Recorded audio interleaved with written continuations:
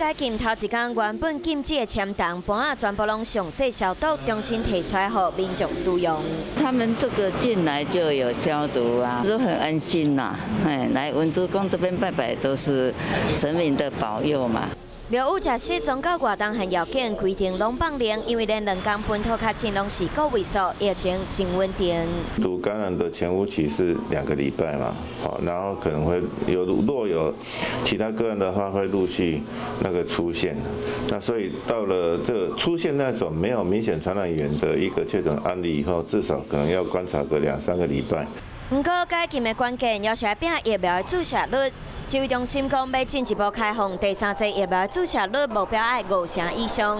今仔日嘛开放第23期疫苗注文，其中莫德纳上济有超过76万剂。只要18岁以上民众熟悉4种疫苗，拢会当注文来注射。同款是分流注文制，先开放55岁以上的时段，数落来是38到54岁，有18岁到37岁。注射的时间是21号到27号。医生嘛提醒时段或者是高风险族群，更加需要来自第3剂，才会当远离。